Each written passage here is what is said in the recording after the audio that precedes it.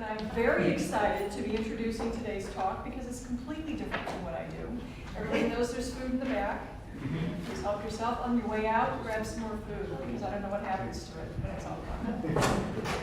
So to introduce the speaker, I'm going to introduce Julie Sheehan from the Creative Writing Center. Hi, everyone. So I am the director of the Creative Writing Program at Stony Brook, Southampton, the MFA program. And I'm up here functioning partly in that capacity, but more importantly, I teach poetry in the Creative Writing Program.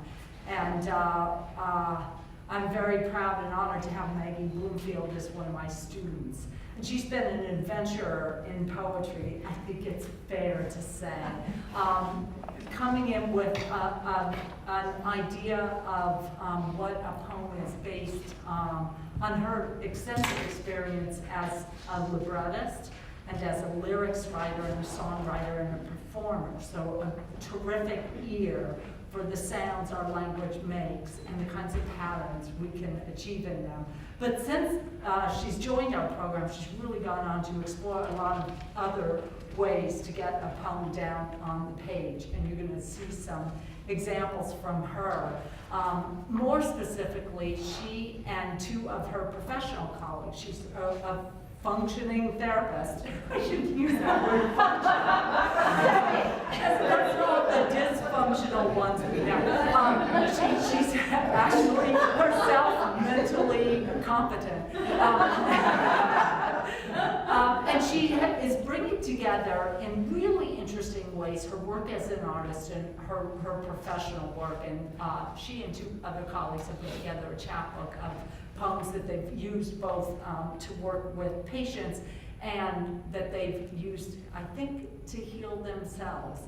She may be talking more about this, but it's hot off the press, so she may not have been able to prepare quite as much as she would like, but I just wanted to show you the book and point out her two colleagues over there during the Q&A. Afterwards, you may have other questions about that. But it is my deep pleasure and great enthusiasm right now to bring up the one and only Maggie Bloomfield.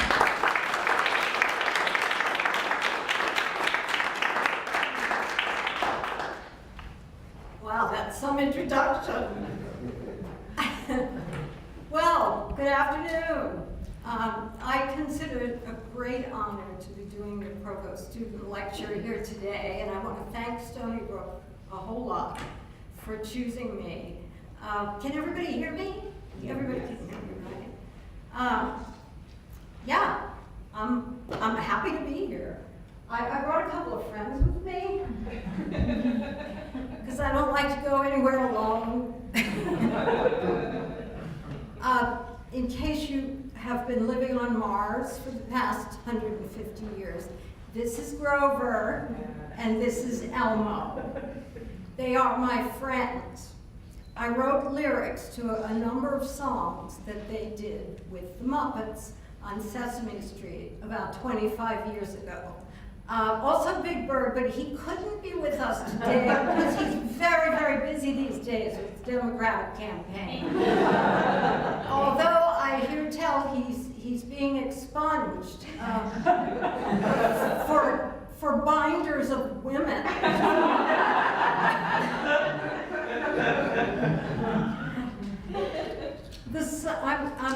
I'm going to keep them here for a minute because it's like my attachment objects. The songs that I wrote for Sesame Street were silly for the most part, but they had educational value, okay? One of them was a version of Kids Just Love to Brush. It was a version of Girls Just Want to Have Fun, if you remember that song. And it was Kids Just Love to Brush Their Teeth. That was one. That was an example of what I was writing for Sesame Street. And that gig followed 25 years of being in the theater in New York as an actress and singer, where I was lucky enough to work with people like Phyllis Diller, Ethel Merman, Mercedes McCambridge, for those old enough to remember her. And during that period, I wrote a lot of lyrics for the musical theater. I found that it was tricky to find a collaborator. When you're a lyric writer, it's hard to find a collaborator. And I had some problems with that. And then my life changed considerably, and I moved to the East End for a parenting experiment.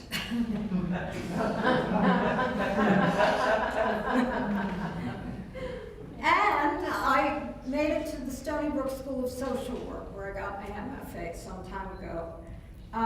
And mostly during those years, I wrote papers.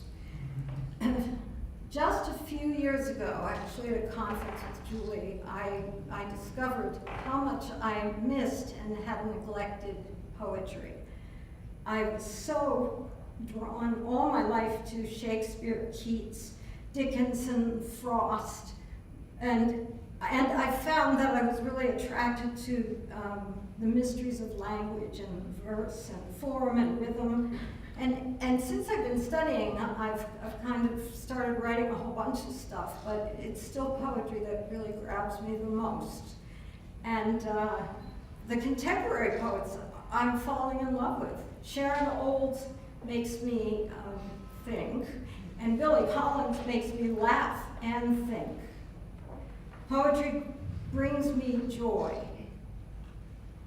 For me, the lyrical quality and musicality of poetry really is song.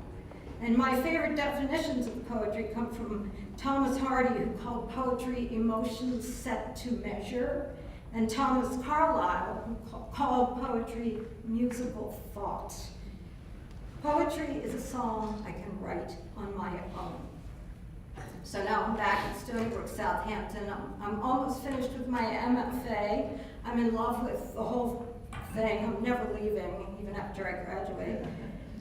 And I find that I now use it not only as creative expression, but I'm beginning to use it in my work, in my psychotherapy practice, as a potential pathway towards well-being, which I define as transformation and joy, or at least improved mental health, at least some days. Today I'm going to share a few poems that will tell you something about who I am, where I came from, how I use poetry and other writing in my professions, and possibilities. A little of where I came from. My father's hat. Something in a poem about touching his father's hat, and I was transported back to a home, a house I left when I was 10. Trying to recall where we hung our coats, remembering the feel of my father's hats. Unsure if he ever wore one. I know he ate yogurt and drank buttermilk on occasion, and no one else has ever made me laugh as much as he.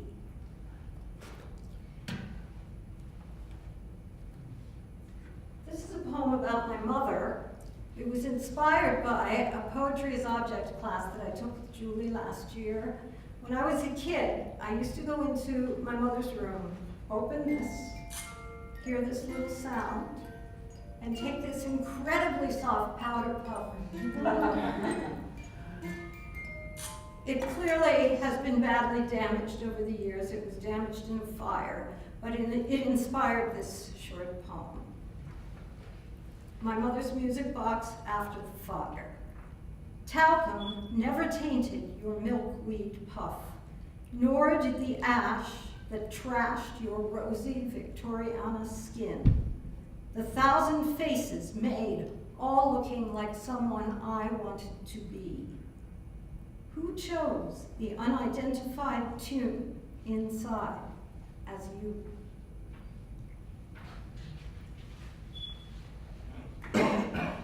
My family was not particularly dysfunctional.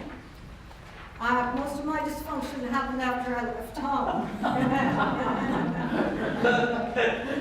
Including New York City, show business, the sexual revolution, alcoholism, recovery, the usual. Some particularly unhealthy associations. This poem is called 40 Years Later.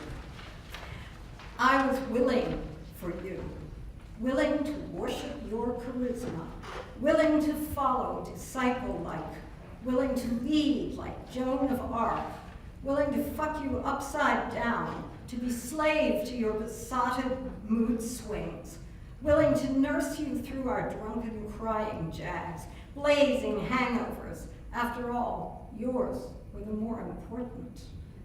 I was willing to prop you up for your auditions, while mine were trampled under sawdust and peanuts, willing to drink myself to death to save you from your drinking, willing to be your muse and amuse your friends with my civility, then thank you for it. Like Scarlet waving her carrot, I was willing to lie, cheat, steal, or kill, to fill jars with my rage and swill it like Thunderbird, to play retro Barbie to your Ken, without a reckoning or a decent orgasm.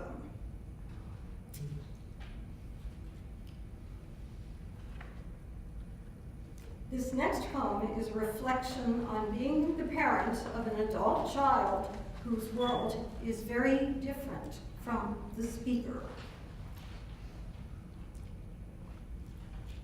Two voices on entering the Computer Networking Operations Center. The mother, where my son works. The door has clanged shut like a prison cell. I am on a new planet. Fluorescent football fields of jungle, cabled, rubber, plastic, wire, blue neon dots, all thrumming, whirring, beeping Kubrick in 2011. I stand dismayed, disoriented, somehow diminished, the windows of my light-seeking sensibility blocked. My breath could be locked in here forever. You are part of me. How can you love this?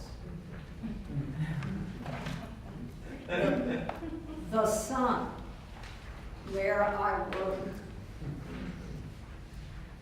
I enter my sanctuary, where skeletal lunar excavations provide caves of comfort, where I, superpower, command a twinkling web of cobalt stars, rocketing intergalactic messages through the universe.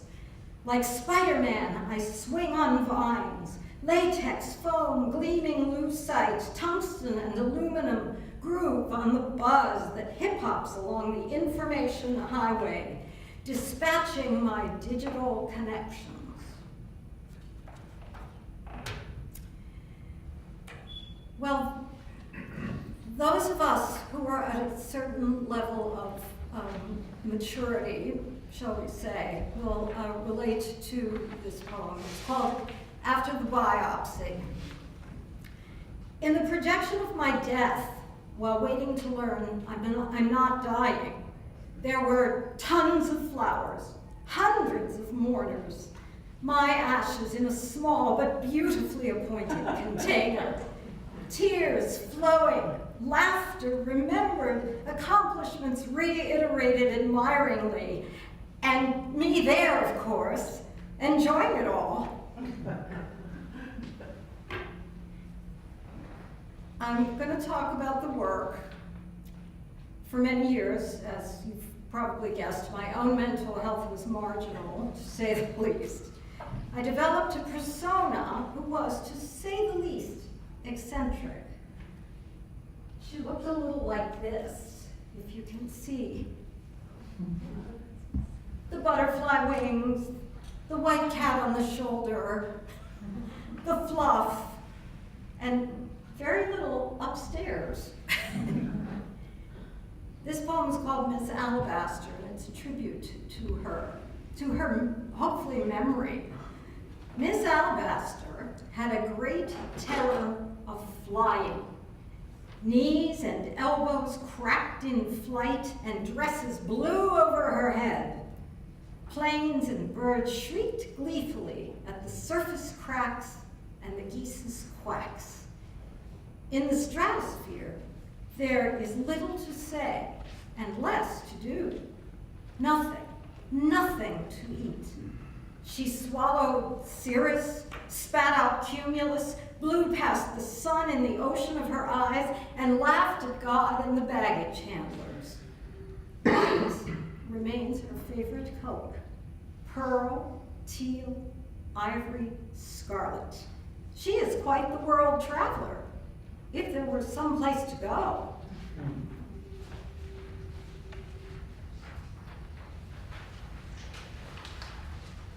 Miss Alabaster has a series of adventures that are probably going to appear in my thesis, should I ever get around to it. My profession has been an outgrowth of my own recovery. The stories that I hear in my practice are sometimes unbearable, but when people seek treatment and actually recover, it creates a landscape of hope. These next few poems were inspired by some of those stories. The most heartbreaking stories come from the children of blood and alcohol. I parted the lace curtains after school activity to discern the course of our evening. The Lord appeareth between impairments. We danced at dinner when the straight silver line of your Bonneville perfectly bisected our driveway. You and your briefcase, light as milkweed silk. Life of Little League, proud provider, community constable, revered paterfamilias. Thank you for your concern, Miss Bliss. Everything is fine at home. Really. The Lord giveth the DNA. Other nights, the silver snaked, lace trembled, hide the cutlery, cushion the crystal, the lurch and weave toward damage, hors d'oeuvre of belt buckle, choked ankle in flight upstairs. My mother's screams permeated floorboards under my bed where I lay, undisturbed by sleep, praying for your death, praying for your love.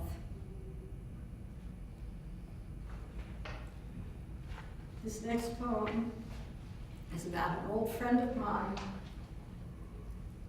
He made it to treatment, but he never made it out.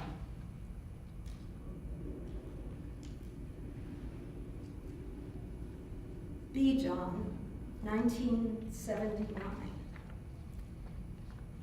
B. John does his funny duck walk across Sheridan Square. He lost his toes in the park one icy night when his soggy head told him his bench was always warm. At St. Vincent's, they took the blue stuff that was left. They already had his teeth and most of his brain.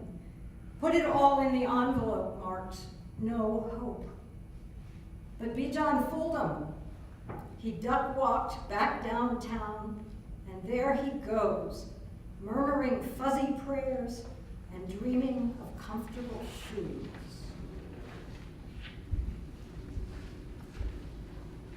It's so nice to see a lot of faces here that I don't know, along with the people I know. Well, most of you, whether I know you or not, probably realize that there is no real war on drugs. It's big business. And as long as it continues to make money, guaranteed addiction will prevail. This next poem is called America Blue, from the Crack House. Oh, say we could all so clearly see the beautiful for spacious red sky at morning, be warned. Blackbirds screeching, preferable to the fucking chirping, pissed off, hissed off blue jays, so proudly hailing the twilight's last dulling through bliss blunt haze, hangovers, bangovers, What's supposed to be a working Tuesday? Like anyone except Jessie could tolerate head squeal of the number 7 to work, wondering how the iPod crowd across the car manages to do this every day. No crowd hailing as the kaboom shatters her prefrontal cortex and limbic longs for amber waves of Jack Daniels. The honey-residued Coke spoon remembers the clatter of said spoon banging the syringe that mainlined Jose lying smack on the floor, dying. Clack house that cracked pipes open when dawn's early light brought neon sirens. Neighbors busted Tyrone over the Purple Mountain's majesty of his girlfriend's left eye. Loud bitch finished his dope. Jimbo's dropped cracked crumb on all fours, crawling the carpet, a fruited plain of ecstasy. Bright, striped, starred club kids raving over Dumbo-eared plates of K. God shed his blue light on this brotherhood, neighborhood garbage head, frat house and rehab.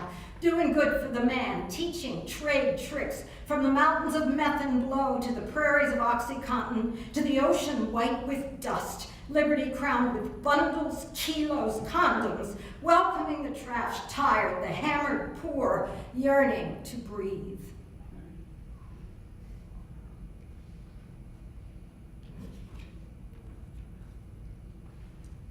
Much of the work I do has to do with being in the moment, being present.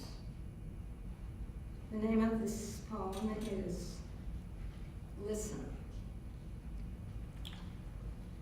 Listen to the eyes of a hungry child, the sound of an empty purse, spirit foreclosed.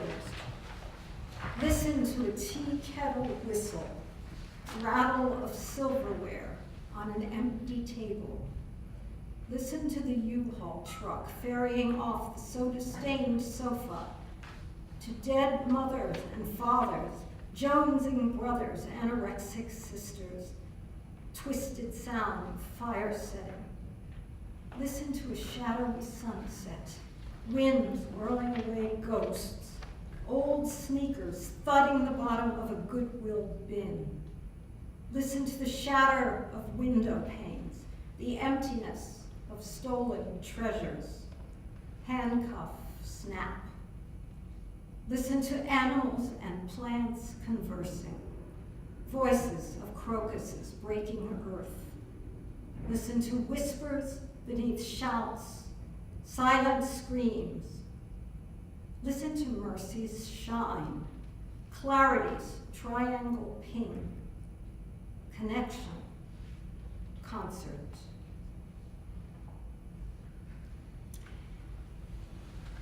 A therapist provides a safe place for people to talk and process. And I've always believed in that process. I've always believed in talk therapy. But this past year, 2 major developments have kind of enlarged my perception about what works in therapy. I've always believed in indirect methods, in drama therapy, art therapy, music therapy, all that good stuff. But what I discovered, and I discovered this first for myself, is that a lot of people write better than they speak. They can get their message across much better in writing than they can with verbalizations. So on that premise, this past spring, I introduced a Write for Your Life group as part of my practice. I chose people from my practice who I thought were appropriate, and actually there were quite a few. I'm lucky in a way. I work with a lot of the worried well, as opposed to lunatics. The way the group worked was the members are given prompts, as though it's a workshop, but prompts that are relevant to their issues. They're asked to write about them, and then we process them in a group setting. Poetry has played a significant role in that group. It's not the only thing we've done, but it's been huge. And some really beautiful and revealing work has come out of it. And one of my patients gave me permission to write a poem that she wrote. And what I should tell you before I read you the poem is that that this woman had significant grieving issues over the loss of a significant other who had died. And basically the joy had been drained out of her life. And because I believe the prompt was, write about something that you love, that brings you joy. And she came back with this poem. And the content is not as important as the fact that she wrote the friggin' poem, but it's really a lovely little poem, and I'm going to read it to you. I try to write a poem of shells, but all feels too contrived, and it tells nothing of the life that in it has survived. With symmetry, simplicity, these shoreline scattered homes need not the poet's balanced verse. They are themselves the poems. When she was able to get back to her love of the beach and of walking on the beach and of meditating on the beach, it was a real step forward for her. And I just find that it's an incredibly useful tool for many of us. In or out of therapy, by the way. The other lucky break, which Julie alluded to, this past year I met up with two wonderful friends who are both poets and social workers. And actually they're in the room, Susan Dingle and Nina Yavel.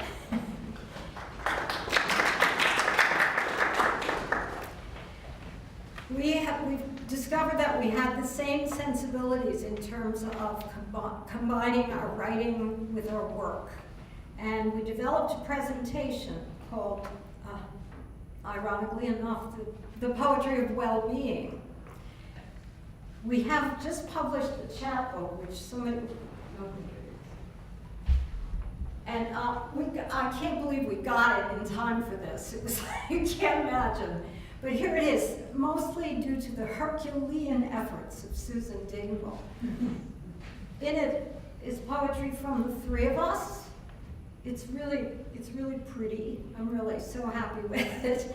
And there's some beautiful poetry, a lot of which you're hearing from me today, but beautiful poems by Nina, she's a gorgeous writer, and Susan, who's just magnificent in every way.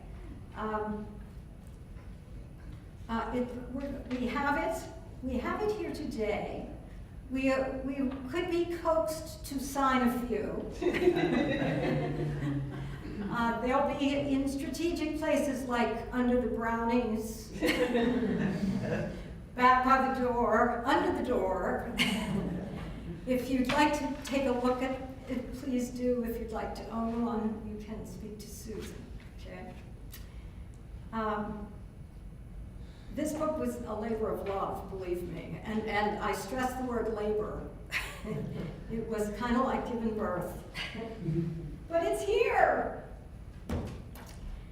The association with these two women has been tremendously enriching for me.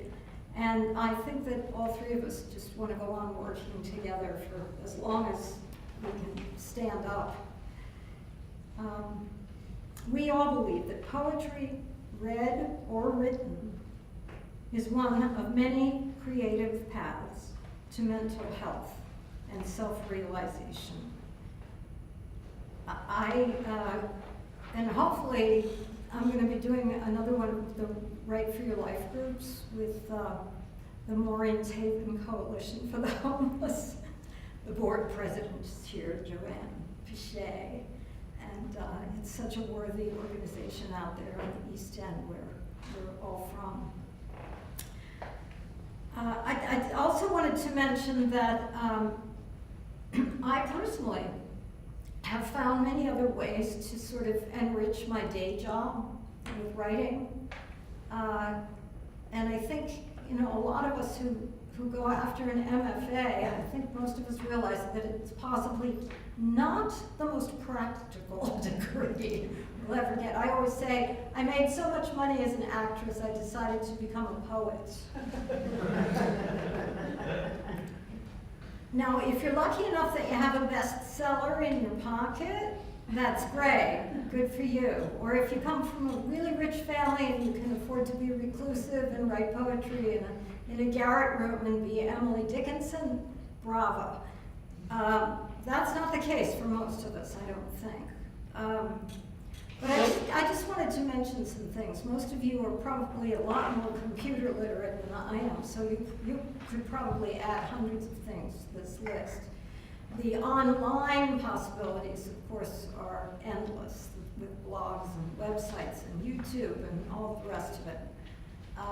But some other things that I have had a lot of fun with are newsletters, events, shows, which are remarkably similar to some of the stuff I wrote for Sesame Street, I gotta tell you.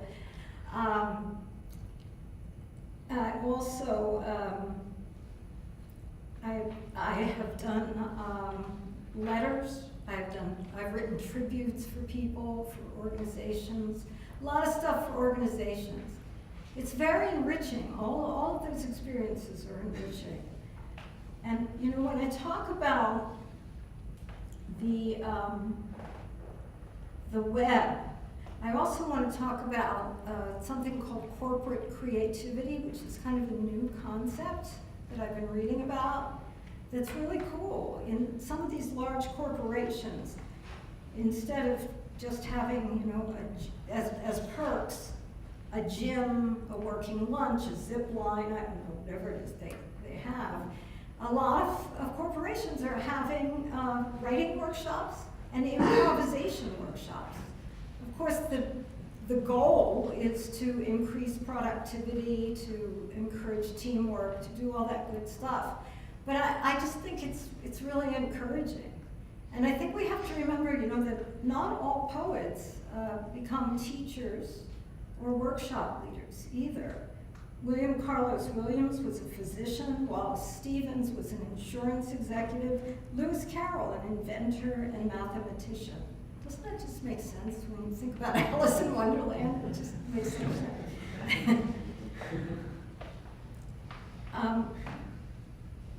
The online stuff, of course, is crazy. I mean, it's crazy. It seems like there's something new every day. And sort of because of that, we are flooded with information. We are flooded with possibilities. And it's almost impossible to be original. I'm in a class right now where we're talking a lot about appropriation. And what that means is that a poet uses phrases or ideas from other writers and strings them together to make a new poem. Now, some might call this plagiarism, but poets who write these do it mainly as an homage to other poets, and they use just isolated lines. And it's a very legitimate, accepted form of poetry. It's called a cento. I have written one. It's actually a combination of other poets' work and my own thoughts in response to several, I mean, countless articles that we've been reading lately claiming that poetry is dead. There's so many articles like this. Everything is dead. But this one is called To Poetry. I have read that you are dead, a dinosaur that's gone as far as far can go. The final coin has clinked, so many think. I pray not so, for I believe the rose is only sick, and that our contract extends beyond limited liability. Poets receive their bits of news, awakening the sparkling muse, the hummingbird, the child's top in the air, a lyric light, profound, in language fair enough to circumvent the critic's eye, or plain defy what's au courant. It may not haunt one like a frost, 2 roads crossed, with miles to go, may circumvent the edge of many circles, like blackbirds high in cedar limbs, but may, like ancient hymns, ignite a day for me and you, if you come too. Death, be not proud, for pens are prouder still. In hand they curse the dying of celestial light, and love the world with all the might of feathers nestled in their soul. Hold fast to dreams, as death works his long day. Wonder what is yet to come, as time's green orchard slips away. For what are years, when poets long to write as pure a thing as joy, a song of self that mere contempt, like death on broomsticks, swoops to destroy. Assorted characters of doom and blight break not the hearts of men that breathe with eyes that see as troubadours, whose simple songs may sing a terrible beauty and defy you, death. Poetry, thou shalt not die.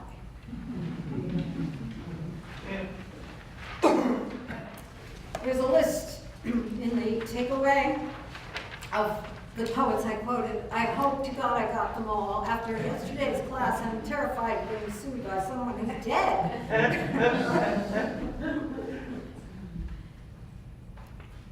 So well-being, we're coming to the end of this, folks. Well-being is a state of balance and an ability to function on a conscious level. The act of writing is a conscious act. We are awake, alert, alive. If you love writing, what happens between pen and paper can be a way toward truth. Poetry as self-expression provides clarity. It's a pathway, as I said earlier, to understand something you've always known but couldn't quite crystallize. And with clarity comes the capacity for reflection.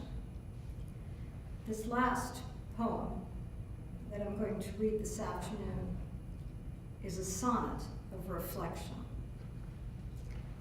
Lying on the beach on a starry night, an errant star trails sparks through velvet skies, swathing a lustrous path through ocean's night. Cool sand, soft cushion for my weary eyes to rest and follow its ephemeral flight. I long to fly that stratospheric course, to gaze upon myself light years below, beside torrential pewter force, my speck, devoid of clear trajectory or glow. Oh, comets, planets, meteors connect, collide in fire and fury as you fly, throw sparks of immortality, protect no more God's secret, how to never die. The ebb and flow that carries all to sea will capture shooting stars, the world, and me. Thank you.